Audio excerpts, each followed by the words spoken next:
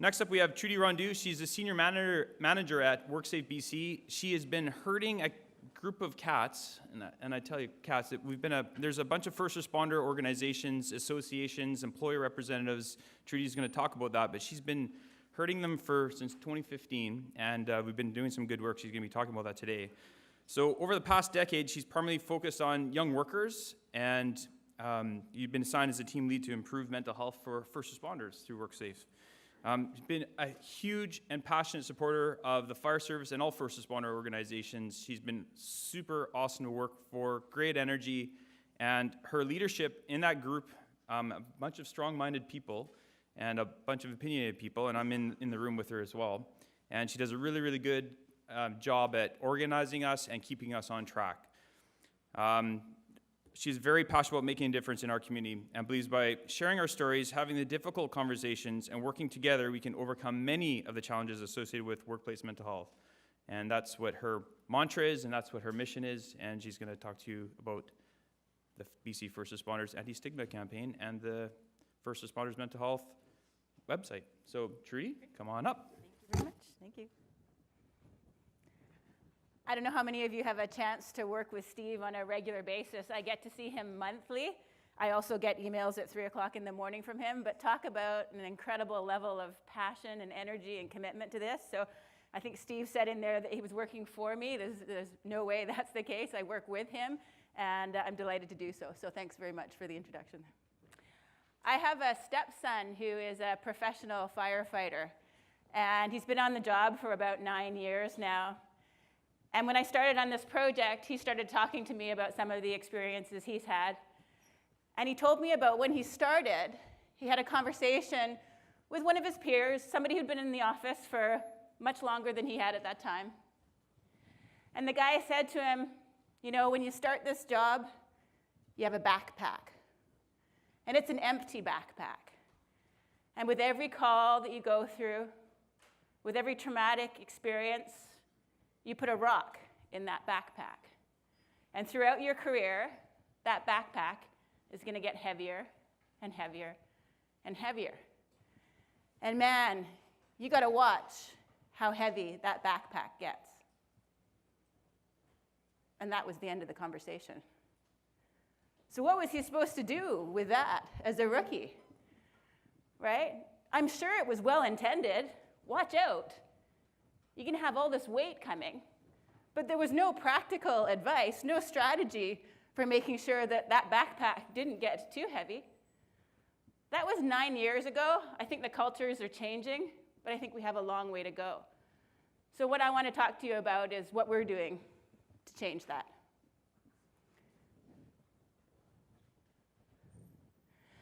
So I work for WorkSafeBC. I have to say, I think that I work in one of the greatest parts of WorkSafeBC. I fall underneath the prevention umbrella, but I'm not an enforcement officer. I don't go around doing inspections. I work in industry and labor services. So we're the consultation, education, outreach group. We get to work with industries such as first responders to develop prevention programs. So 2.5 years ago, June of 2015, some of our senior executive went to the rest of the senior executive and said, you know, for every injury that we have out there, every physical injury, we have a whole bunch of prevention material, right? Falling off ladders. Do you want information about how not to fall off a ladder? We've got tons of information on how not to fall off a ladder. But we didn't have anything from a prevention perspective for mental health injuries. We also knew from looking at our mental health claims data that we were getting an increasing number of claims coming from first responders. And there was also all the media attention that was happening, particularly around PTSD. So the few members of the senior executive went to the rest of the senior executive and said, you know, we need your okay to start an initiative looking at PTSD in first responders. And so that was approved, and they came to me, because this is the part of the board that gets to work with industry, and said, we've got a couple of goals established. Create a steering committee and do something about PTSD in first responders. And it was about that specific. I thought, well, I know a firefighter, don't know any cops, don't really have any relationship with any paramedics. How on earth am I supposed to do this? And so I started with research, started with the contacts that we had. WorkSafeBC's got a lot of retired fire and a lot of retired police, and started talking to them and making more and more connections. But I still thought to myself, so how do I start a committee and make it a meaningful and effective committee? You look like you'd be good, you don't look like you'd be so good, right? Who better to form the committee than the industry itself? So we decided to host a forum of first responders. And we sent out emails to all the first responder contacts that we had collectively within our different departments. And we structured the day so we had some speakers, but really the gist of the day was to see, one, do you as the industry think that there's any value in having a steering committee looking at mental health and first responders? And two, if you do, who should be on the committee? What should that committee makeup be? So I booked a small meeting room, and then the RSVPs started coming in. So I booked a bigger meeting room, and then they kept coming in. So they ended up booking the auditorium, which is about this size at WorkSafeBC. And we had close to 70 first responders there. So we had presentations throughout the day, and I presented the concept of a steering committee and kind of the rough structure of what I wanted it to look like. And I asked people to do the immediate follow-up survey to say, did they think this was a good idea? And help me, tell me who should be on this committee. 97% of the people responded to that survey, which is an incredible survey response.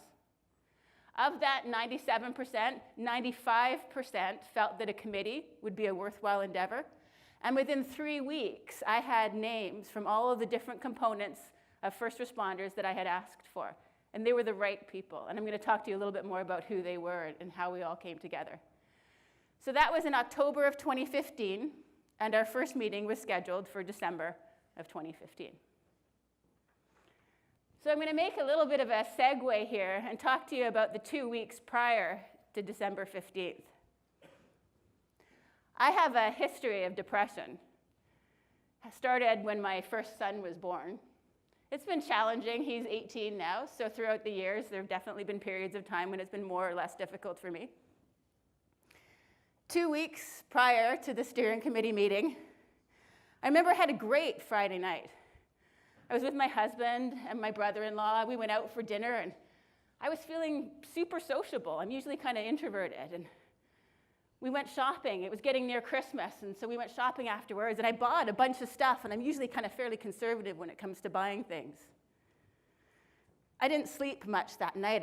I had tons of energy. I felt fantastic. It was a great weekend. I saw my kids, hung out, started to organize the house, and I started this art project. I'm not usually very artistic, but I decided I would lay all this stuff out in the halls, and I started labeling things with all these funny little labels. So if you walked into my house, you'd see, the door was labeled, "Watch your head," because my son's 6, 7, or, whatever it might be. The Monday, I was supposed to go to work, but I had some holiday days left, and I thought to myself, well, you know what? I haven't slept very much, and I'm having a great time at home, so I think I'll take a day off. And I have a then 16-year-old son as well. So I said to him, hey, why don't you skip school today and just hang out with me? And he's sort of looking at me like, you're encouraging me to skip school? I said, yeah, go to the dollar store. I want some more of these decorations. Come back. Get yourself some Fruit Loops on the way because you like them and it's a treat. And hey, we're having a fun day. Come hang out with me. And he was like, well, okay, Mom, but just for the morning because I got a test in the afternoon. I got to go to school. So he's being the responsible one, right? Don't sleep much on Monday night. I remember I'd made myself kind of this nest in front of the fire downstairs because I didn't want to keep my husband awake, tossing and turning, so I went and lay down in front of the fire. I got to work on Tuesday morning feeling awesome. I had a ton of great ideas. I knew what I was going to do that day. It was incredible. And we have a manager's meeting on Tuesday mornings, 9 o'clock. I didn't want to go. I mean, really, they're kind of a waste of time. So I remember sticking my head in the door and just waving at people and then going back to my desk. It was about 5 minutes later, and one of my coworkers came up to me. He's like, are you okay? I'm like, yeah, I'm fantastic. I'm so fantastic. I've got all these great ideas. I tell you what, go get the VP of prevention because I've got a great idea for her. Unfortunately, I'm rather convincing sometimes, so he actually went off to get the VP of prevention. Somebody stopped him. But one of my other coworkers said, you know what, I think maybe we should take you home. I think that there's something not quite right. To be honest, I probably looked like I was drunk at work. I wasn't. So I said, okay, I think at that point something in my brain recognized that something wasn't quite right. So they took me home. My husband was teaching for the day, so they couldn't get hold of him, so they called my brother. My brother came to the house. I was feeling kind of tired at this point in time, maybe not quite so fantastic anymore, just kind of tired. But they were all worried about me and kept getting more and more worried about me, so they took me to the local hospital. Well, the local hospital, I refused to do a urine test. I don't know why, I can't really remember why. I was pleasant and friendly, but I wasn't very cooperative. And I had this connection to God. Now, I'm not usually a religious person, so I'm going to say my God was Thor at that point. But I felt like if I could just get outside of the hospital, then I could help all of these people that needed help. Like I felt I had that power. So the paramedics took me to Surrey Memorial, to the mental health ward. And I was actually committed. And I think, well, without fail, that was the scariest moment of my life. I was committed in the mental health ward. Being committed is like being put in jail. You have your rights taken away from you. I couldn't leave there if I had wanted to. I spent a couple of days in the hospital, basically just slept. I remember thinking to myself, all these other people in this ward, you could hear them making noises, you could hear the chaos coming and going. And I remember thinking, I'm exactly the same as them. I might think that I'm different, but I'm in the mental health ward with all of these people. After a couple of days, I was allowed to go home, and I felt fine. And I convinced myself that I was fine. I convinced my family that I was fine. And work, all they knew was that I'd been off sick for a week. I convinced them that I was fine. Because 1 week from that point, I had this committee coming in. And where's the great irony in this? That here I am supposed to be leading, chairing this committee on mental health, and I've just been released from the mental ward. So I had that committee meeting. Didn't talk to anybody about what had happened, where I had just been. And it was a fantastic meeting. In fact, at that meeting, we confirmed what our mission was going to be. And our mission was not going to be focused on PTSD, because every single person in that room agreed that PTSD was too narrow. We need to be talking more broadly about mental health. And everybody in that room said, this isn't a WorkSafeBC claims issue. Yes, there may be challenges with that process, but this is bigger. This needs to be about prevention. This needs to be about focusing on promoting the positive mental health. And who were those people in that room? Well, we agreed that first responders that we were going to be looking at was what we consider the primary group of first responders. It was fire and it was paramedic. And we'd originally said policing, but we broadened that to be law enforcement, because we have RCMP at the table and we have Canada Border Services at the table, and dispatch, because we wanted to recognize that the people who assist with all of those calls are maybe just as vulnerable to some of the trauma that happens because they've taken those calls. So dispatch was included as well. We wanted to make sure that there was rural and urban representation, because I heard from paramedics, if you're working in Vancouver, you're going to have somebody there supporting you within 10, 15 minutes. But if you're working in a rural community, you could be alone with a patient for 2 hours. That's a very different experience. We had volunteer firefighters and we had paid, because I didn't know, but the vast majority of firefighters in the province are actually volunteer. And we wanted to make sure that they were included in these notions that we were going to be looking at. We wanted labor and we wanted management. So that committee meeting had all of that structure. And there was a discussion at the beginning, and everybody walked into that room, and most of the people didn't know each other, and there was a conversation about, well, how are we going to vote? And there's 2 of you guys, and there's 1 of us, and I hate stuff like that. And so we decided this is going to be consensus-based. We all have to not always agree on everything, but to me, consensus means, do you feel like you've had an opportunity to speak? Do you feel that you have had an opportunity, you've been listened to, and can you live with whatever the decision's going to be? And if those criteria are met, then we've reached consensus. And if those criteria haven't been met, we'd have the conversation again, and we'd go back and we'd look and see what other options. So everything that I'm about to show you today was built by consensus by this committee. We also had government there. Yes, thank you. Acknowledge in the audience today we have the Deputy Minister of Labour sitting in here, Trevor Hughes. Trevor? Perfect. So this was a collaboration of epic proportions. So we had the government, we had WorkSafe, and we had all these first responder groups there at the table. It was some pretty cool synergy tasking. So thank you. Thank you. Thank you. So what were the goals of the committee? Well, we wanted to research, share, and promote some best practices. We wanted to develop a network of culturally competent and knowledgeable practitioners, because I kept hearing in the research and the connections that I'd made is that, we go see a counselor sometimes, we make the counselor cry. Right? Well, obviously that's not a good setup. So what can we be doing to fix that? We wanted to develop and pilot an anti-stigma campaign, and I'm going to be talking a lot more about that campaign and how we came about it. We wanted a toolkit of best practices, like what resources exist and what don't. What do you need? And how are we going to evaluate this to make sure that it's doing anything, making any difference?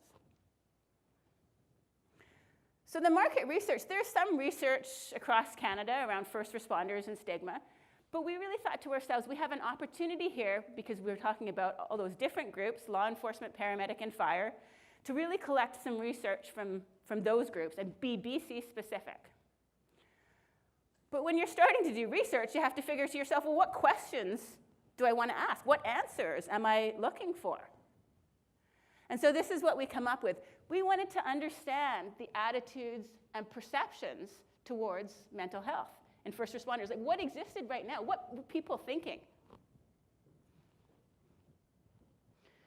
What were people doing in terms of seeking help? Were they offering help? What resources were already being accessed, and where was the gap? What resources needed to be developed or created? How could we increase awareness and reduce the stigma? And ultimately, when we got to having some campaign concepts, we wanted to test those campaign concepts with first responders, because everything that we did, we wanted to make sure was done by first responders for first responders. And people sometimes say this is a WorkSafeBC initiative, and I'll be the first one to correct them and say WorkSafe is sponsoring this. I chair the committee, but it is the first responders on the committee that makes the decisions. No decision has happened by the WorkSafeBC executive. All of the decisions around this have happened by the people on that committee. So it was a pretty interesting methodology that we used. We had in-depth telephone interviews to start off with, and then it moved to an online discussion board. And finally, we had focus groups. And so I show you a little bit here, and I'm not intending for you to have a look at all of that, but just to say we were very careful. We wanted to make sure all of those groups were represented. We wanted to make sure that we had people who had been on the job for a while and people who were new on the job. We wanted to make sure we had the appropriate representation of males and females, of rural and urban and dispatch, et cetera, et cetera. So we were very, very careful about how we set up all of those different phone interviews and online discussion boards. And when we had enough of the quota of each, we would say to people, thank you, but we don't need any more right now. Yeah. I do want to raise the caveat that the research that we did was qualitative, not quantitative. So I can't come back and say, you know what, 95% of first responders in the province feel XYZ. We use this research to be exploratory, to look in depth at how the group of people that we were talking to were feeling and reacting in terms of stigma. So, how does stigma make me feel? One of the exercises in the online discussion board, and the online discussion board was amazing because it allowed people to create a persona. You could be firefighter 1, 2, 3. You didn't have to say where you were from. It didn't have to be your name. You could just, whoever you wanted to be, however you wanted to present yourself, you could do so. And so one of the exercises was we sent people online and said, find a picture anywhere that represents how you feel about mental health and stigma. And this is one of the first ones that we got. It's the individual's fear and internal turmoil that prevents them from discussing their feelings, not always external pressure. It's the internal feeling that stops people, not always the external pressure. Weakness, probably the most prevalent stigma in my line of work. Not only do you become a danger to yourself, you now may be viewed as putting the team at risk. And I heard this a lot when I was out there talking to people. You don't want to be seen as the weak link. I feel the color part of the photo is what people want to portray of themselves, while the black and white part is actually how they feel inside. Right? We show up at work with a mask on. How are you? Good. How are you doing? Good. WorkSafeBC, big building, 2,000 people. You walk down the halls, you're passing people all the time. How are you doing? Good. How are you doing? Good. How are you doing? Good. Really? Right? We have that color mask on. You feel alone. You can be surrounded by people, but feel alone. It describes what people, coworkers have described, alone in a field and nobody around. Doesn't matter how many people can be around you, sometimes you can feel absolutely miserably lonely and alone. So what did we find from our research? Stigma does exist, and there are really two kinds of stigma we're talking about here. One is the stigma that we most often think about. So that's where individual A suffers from some kind of mental health problem, and individual B treats individual A badly, right? Stigma. But self-stigma is the other piece that we wanted to talk about in here. And that's where the individual themselves feels ashamed. It doesn't want to talk about it, feels that they're weak, feels that they are the broken link. Okay? So what we heard from you is that the job takes a mental toll. And there were different perspectives on that. There were some of the, it's cumulative. Over time, this job is going to wear me down. My backpack will be full. But it was also one-off. There are some calls that are just over and above what we have the capacity to take. The job will take a mental toll. So stigma does exist, as we thought, but it does exist, and it's seen as a problem in the form of negative perceptions and harmful behaviors, gossip, inappropriate comments, and it's still experienced by some first responders who've experienced mental health conditions. So we say the culture is changing. I think the culture is changing, but we're certainly nowhere near the end goal yet. People who have talked about their mental health conditions still face challenges in the workplace. And one wish, if I could go back 2.5 years ago, is that I would count the number of times I heard, "Suck it up, buttercup." Right? The number of times I've been told by someone, that's the advice that I was given, suck it up, buttercup. So what does it look like? From a leadership perspective, it's inappropriate language or derogatory comments. So these are your leaders. Removing first responders from duty, even if they have been cleared by a medical practitioner. And for the law enforcement officers, this was a huge one in particular. Not intervening when first responders are acting inappropriately towards a colleague. I mean, this goes back to the bully and the bullied and the bystander, right? As the bystander, you are as much a participant in this as anybody else. And not taking mental health issues seriously. From a colleague perspective, gossip, shunning, worrying about lack of trust and abilities. And the affected person, it's the shame that they feel, a lowered self-esteem, withdrawal, and isolation. So what are the consequences? Well, people are not speaking openly about mental health issues in their workplace. And that doesn't mean you're walking up to your first colleague, "Hi, how are you doing?" "Well, you know what, I'm feeling a little bipolar today," but, right? Speaking openly doesn't mean that you have to go around advertising whatever your mental health condition, just as you wouldn't your physical conditions. But it does mean having a colleague, somebody in a supervisory role, somebody in the organization that you can go and talk to if you feel you need some help, need a little support, right? Who's got your back at work? There should be somebody who's got your back when it comes to you being able to talk about a mental health condition as well. And the worst thing that happens with stigma is that people aren't seeking help when they need it. So why? Well, it's fear. It's not knowing when to seek help. And we certainly heard that people were, I don't understand. What are some of the symptoms here? And it's difficulty navigating all of the different services. And if you search out, mental health, you will find so much online that it's overwhelming. And the last thing that you need if you're suffering is to be overwhelmed.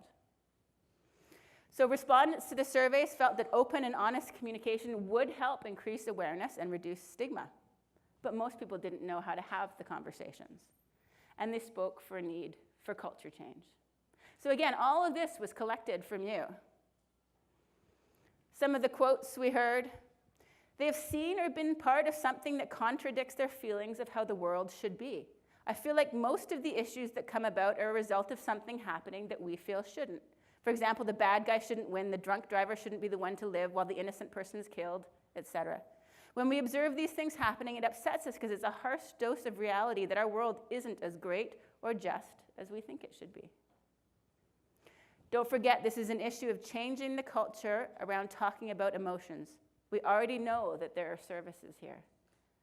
Right? It's about human interaction. It's about having a conversation. Unless we give people the tools and knowledge about the effects of mental illness and the treatments available, nothing will change. And the more it's talked about, the more it's normalized. So we got some very specific direction for the campaign that we were to take. There was strong support for normalizing mental health issues, while being careful that the message can't be interpreted to mean it's acceptable. Right? And there's a difference between it's normal and it's acceptable. It is not acceptable. You do not have to suffer. There is treatment and help available. Presenting information in a positive and empowering way. And we presented 3 different campaign concepts to our focus groups. And what we really heard on the one that we selected in the end was, it's great, it's emotionally capturing me, but it's a little dark and depressing. And that's not the direction that we want to go here. We want something that's emotionally gripping, but empowering and positive as well. Use language that's inclusive of all first responders and organizations. And we heard this one over and over again. The language that you choose is really important to us. First, we heard, we don't want to read a lot. We don't have time to read a lot. Don't give me a whole paragraph. Make it short, make it sweet, and make sure the language applies to me. And the perfect example was a dispatcher doesn't see something. A dispatcher experiences, a dispatcher doesn't see. And if you have up there this dispatcher sees, you're losing all credibility right away. Okay? Focus on helping your colleagues as well as yourself. You guys are in the helping profession. Right? You went into this job because you wanted to be able to help people. Well, who more than anybody do you want to be able to help? You want to be able to help the people that you work with every day. And I've talked to so many of you who are just like, I know that when my partner is struggling. I've seen the changes over time, but I'm not sure what to do and I'm not sure what to say. Right? Help me move from that point. Provide a list of symptoms. So, we're not quite sure what the problem is. Like, what are some of the symptoms? Encourage speaking up and asking for help. Acknowledge the cumulative effect of on-the-job trauma. Acknowledge that culture change is required. And be informative. So this is the direction that we heard from you in the focus groups. And the focus groups were really fascinating. They were held in downtown Vancouver. And we literally would go up, and we went through door A, and we were sitting in this little sort of meeting room area, and there was a big glass wall, and the people went through door B, and door B, they were sitting around a table, and they had a big mirrored wall, so we could see them, and they couldn't see us, right? And we started, and we were all whispering until somebody said to us, they can't hear you, right? It just felt weird, because you were sort of like spying on these people talking. And of course, they were told that there's a group of people behind the mirror who were watching you. And I did a presentation at the High Rise Fire Symposium back in October. And there was a guy in there that I recognized, and I thought, I recognize him from the focus groups. And I didn't say anything because, I didn't call anybody out or anything. But he actually stood up at the end of the conversation, and he talked about how valuable and validating that experience had been, and how having the opportunity to talk about his experiences and to talk with dispatch and law enforcement, and there was a whole mix of them in the room, about what they would like to see, where some of the gaps are. And he saw the final version of our campaign, and he'd been in the room to see version 1 of that, and he said it was incredible to see how you took the feedback and changed it. You incorporated everything that we said into what you actually produced in the end. So this was our chosen campaign. Share it, don't wear it. This is a firefighter. That's Steve's helmet. Yes, it is Steve's helmet. And I can't read all the words from the face, but I'm tired all the time. I snap at my wife and the guys at work. It's like I'm under a cloud. I just can't seem to get out from under it, you know? You'd asked for the symptoms, so we put the symptoms on their face. He's wearing it. So this campaign, in its first version, was the campaign that, if we go back to the objectives that we had from our market research, was the most likely to create awareness about mental health amongst first responders, was the most likely to reduce stigma of mental illness, and it was the most likely to increase the likelihood that first responders would seek help. Okay. Now, some of the tweaks that we've made on this version versus the first version is we actually brightened it up a little bit. The first one was sort of sepia tones. And for those of you who have taken any of the Road to Mental Readiness training, we deliberately used the green on the Share It, Don't Wear It, because green in the Road to Mental Readiness is the color of health, and green is the color of life and vibrancy. So we wanted to make sure that that was coming through in the image as well. We made 5 posters in the end, and it was very difficult to choose what demographics would we go, males, females, and you know, I could go into all of why we chose what we chose, but in the end we chose 5 because we wanted to make sure that we had representation from dispatch, law enforcement, fire, and paramedics. And we also have on the top right-hand corner somebody, First Nations, because we had First Nations emergency services on our committee as well. We wanted to make sure that they felt that they were represented too. Each of those faces has a different set of experiences wearing them, because the experiences from a law enforcement perspective are slightly different than the experiences from the dispatcher's perspective. And we wanted people to be able to relate to those that go past. And I've now, you know, I don't know how many conferences I've been at with the banners, and you'll see them outside when you come out during the break. But, you know, people will start walking by and they'll stop and they'll read the face, right? That face draws you in, seeing what they say. So it was the best visually. It evoked the strongest emotional response. The symptom list was very relatable, and it was good for people in recognizing in themselves or their peers. They liked the educational aspect of having the symptoms on the face. It normalizes the emotions. Again, going back, that was one of the things you wanted, was to make sure that this was normalized. It would get people to think about their mental state and encourage some to be more open about their feelings. Some of the quotes: "This hits the nail on the head, very appropriate. Words alone do not work. The pictures make me think. Please send them to me. People in my life do not understand it." Wow, that's me some days. Like for me, that was the one that resonated. Wow, that's me some days, right? If you can see yourself in some of these pictures, well, great, that's a starting point. I'm surprised that they reflect how I feel so closely. It can help to take the edge off the need to keep it in, to be tough. The biggest issue is recognizing that you have a problem, and these ads paint a very good picture of the most common symptoms. But one of the things that we heard really clearly is that if you come around my office and you slap up a bunch of posters and say, "Great, we're doing something about mental health," there's going to be a riot, right? Posters are not an anti-stigma campaign. Posters are posters.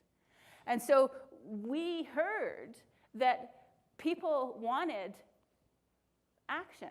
They wanted human interaction, right? This was about having conversation. How could we create opportunities for open conversation? Opportunities like today, right? Opportunities like being at a booth so that people could come and talk to us. Opportunities like peer-to-peer training. Opportunities like Road to Mental Readiness, Resilience Minds, right? How could we keep building those? First responders wanted managers to demonstrate that it fully supported the campaign and its objectives, and more education and resources. So all of the posters that I've talked about, they're actually not just a poster. Every single one of the posters has a big white space at the bottom. And the idea is that poster goes up with a message at the bottom. Peer support training happening next week, room 25B. Canadian Mental Health Conference, are you going? Resilient Minds training, Langley. The posters are intended to go up to get awareness, to show the actions that are happening, and then to come down when that action's taken place, and then to go up again when the next thing's happening. They're not supposed to become wallpaper. So when we developed the campaign, we knew we had to drive people to resources, right? You've got some awareness, and now what is the next question? So at the same time, the committee was working on developing a bunch of resources. And where were we going to house them? Well, we were going to house them all on a website, of course. Where else do you house resources these days? So we made sure that our anti-stigma campaign is reflected in the visual design of the website. This is bcfirstrespondersmentalhealth.com. And I had a conversation with the Halifax Workers' Compensation Board last week, who've asked if they can maybe take all of the information that we've got to morph it over, because they're looking at the same struggles. So I think before you know it, this website is going to have a much larger national presence than it already does. So some of the cool features on this page is if you, on a PC, scroll over the first responder's face, the words on his face disappear. Right? If you start to learn more, the symptoms go away. When we designed the site, we realized that there were two main streams that would be coming at it. It would be people coming who were looking for help, and people coming who were looking to help others. So you've got the two big buttons on your left-hand side that'll drive you either way. So first responders, if you're looking for help, we've got a bunch of things. Self-assessment tools, self-care tools. We've got a training matrix up there. We didn't want to recommend one set of training over another, but what we've done is put together a matrix so that you can see all the different competencies that are required to see which training might suit your needs best. How to make a mental health claim. But I want to go back to the self-assessment, because the self-assessment tool that we put at the top, and there's a few different options for self-assessment up there, the self-assessment tool that we've put up the top as the recommended starting place is something I would encourage everyone to go through and do. It'll take you 5 minutes, something like that. It was developed in British Columbia. It's very function-based, because some of the self-assessment tools can be very medical and talk all about your symptoms, but they don't actually talk about your ability to function. This is very functional. It's completely private. When you do it, it's you. Nothing is saved anywhere. And what I would recommend is that you do it once and just email yourself the results. And go back in after 3 months and do it again and email yourself the results. And again after another 3 months. And it just gives you an opportunity to track your baseline to see how you're doing. We also had resources for leaders, colleagues, and loved ones. For colleagues and loved ones, it was how to support your coworkers. So again, you're in the helping profession. We know that you want to help each other. There's some resources there for you. And recognizing the signs and symptoms of mental health injury for family and friends. But it's the resources for leaders that I really wanted to focus on today, because so many of you are in a leadership role, and I always consider health and safety to be a leadership role. Right? We started off with the recommended practices. And you look at documents sometimes, and you've got best practices, and you're like, okay, so it'll take me an hour to finish reading this, and then am I going to understand any of what was said? That's not the approach that we took. And I heard a joke once, and it stuck with me for years. It's what's a camel? It's a horse made by a committee. We determined that we were not going to be making camels. We were going to make whatever we made was going to be effective and useful. So these recommended practices, it's a short document, and it's scientific research, but we could have kept doing research forever. So it was scientific research up to a point in time, combined with the practical wisdom and experience of all the people on the committee and put together. So that recommended practices is your starting point for everything an organization needs to have in place in order to be mentally healthy. We also created a business case document, because sometimes that can be the most challenging thing, is we know it's the right thing to do, but it's going to cost us money. So what can we do? There's a gap analysis tool. You think you're doing really well in your organization, so take the gap analysis tool, run through it. It'll tell you, you're doing really well in these areas, but here are some areas you can focus on. Again, we wanted to make sure that these were practical, useful tools. And for all of the elements in the recommended practices where we say you need or you should have these things, we tried to develop resources that are in place for you so that you're not all going out and creating something else. If you want a mental health policy for your organization, there's a sample template for you. Go ahead and modify it however you'd like. All the resources are free. Use them. So before I move into questions, I have some ABCs for you. So A, ask yourself about your own thoughts around stigma and mental health or self-stigma? Do you have a voice in you that sometimes goes, oh, just suck it up? And maybe you're talking to yourself and maybe you're talking to somebody else, right? What does your voice tell you? And your voice might still be in the suck it up mentality, but that's okay. Recognizing that is a starting place for moving to somewhere different. Be curious. Check out the website. Do the self-assessment. See what it says about this point in time for you. C, have a conversation. We heard over and over that this is an initiative about human interaction. And there's a heck of a lot of difference between how are you and how are you really. So on a final note, I want to say thank you. This was the first time I've ever talked about my own experience.